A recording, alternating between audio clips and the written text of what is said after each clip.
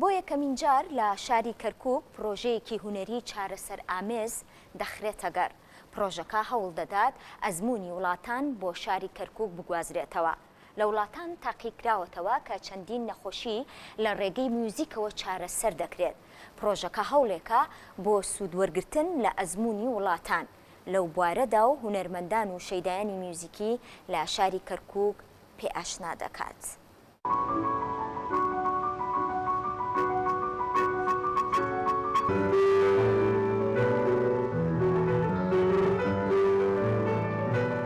ئامانجی من لەکردنی ئەم جۆرە چالاکیانە ئەوەیە کە دروستکردنی وەشیاری هونەری لەناو خەڵکی شاری کەرکووک، نەک تەنها شاری کەرکووک بەڵکو هەموو شارەکانی تری کوردستان، زانینی سوودەکانی موزیک، ئایا موزیک چ سوودێکی هەیە بۆ ئێمە، چه سوودێکی دەرونی هەیە، هەبوونی موزیک بۆ چارەسەری نەخۆشەکان چییە. سیمینارەکەم تایتڵی سیمینارەکەم ئەوەیە کە چارەسەر بە موزیک، ئایا ئێمە چۆن ئەتوانین نەخۆشەکانمان چارەسەرکەین لە ڕێگەی موزیکەوە. ئەو نەخۆشیانە چین کە بە موزیک چارەسەرەکرێن، نەخۆشیە دەرونیەکان، نەخۆشیە فیزیکەکان، جوڵەکانی جەستە، چۆن ئەتوانین سوودە باشەکانی موزیک وەربگرین بۆ چارەسەری نەخۆشەکانی خۆمان. گرنگی هەبوونی موزیک لە خەسەخانەکان چییە.